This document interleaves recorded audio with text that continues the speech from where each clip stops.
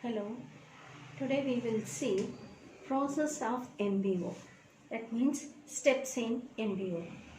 The process of management by objective revolves around the setting up of organization goals and the goals of various divisions and subdivisions. It is never ending process.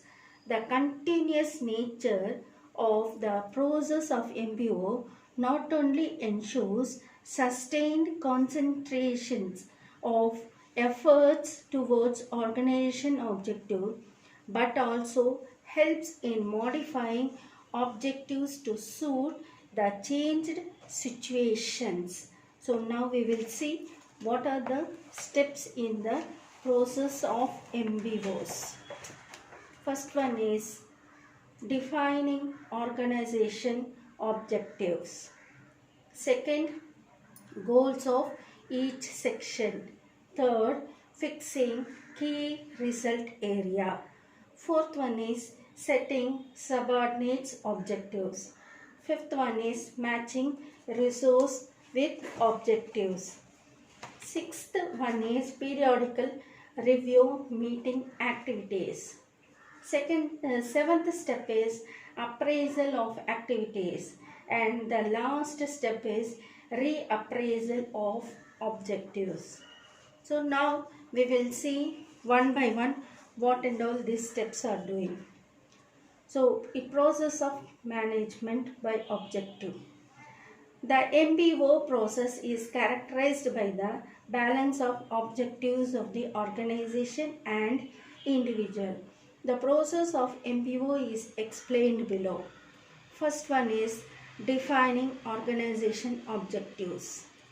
Initially, organization objectives are framed by the top level of an organization. Then it moves downwards. The definition of organization objectives states why the business is started and exists. First, long-term objectives are framed. Then, the short-term objectives are framed, taking into account the feasibility of achieving the long-term objectives. So, we have to define the objectives. First, we have to define the long-term objectives, and according to that, short-term objectives are defined. And second process is goals of each section. Objectives for each section, department or division are framed on the basis of overall objectives of the organization.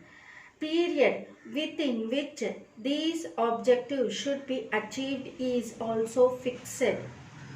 Goals or objectives are expressed in meaningful manner. Next, third step is fixing key result areas.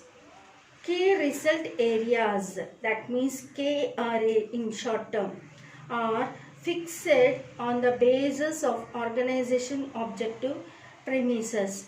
Key result area are arranged on priority basis. KRA indicates the strength of an organization. The example of KRA are profitability, market standing, innovation, etc.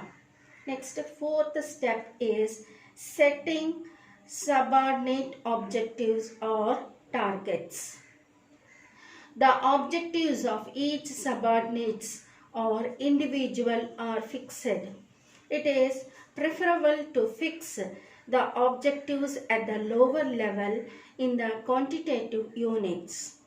There should be a free and frank discussion between the superior and his subordinates.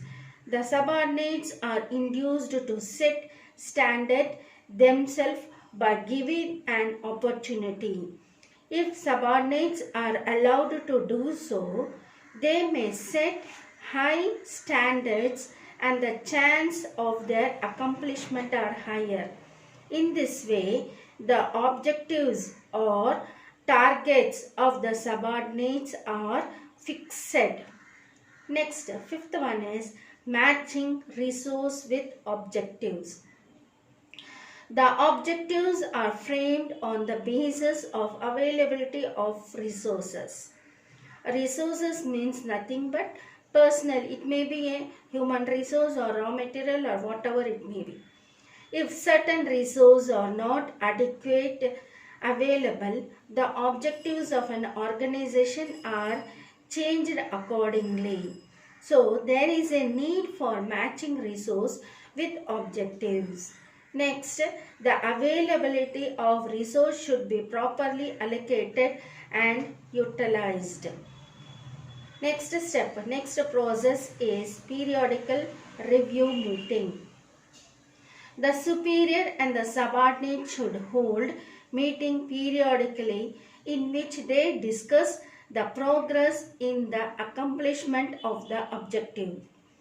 The fixed standards may be changed in the light of the progress, but the basic conditions do not change. The periodical review meeting is held during the period set for achieving the objectives. Next, seventh process is appraisal of activities. At the end of the fixed period for achieving the objectives, there should be a discussion between the superior and subordinates. The discussion is related with subordinates' performance against the specified standards. The superior should take corrective action. The superior should identify the reason for the failure of achieving objectives. The problems faced by the subordinate should be identified and steps should be taken to tackle such problems. Next, the last process is reappraisal of objectives.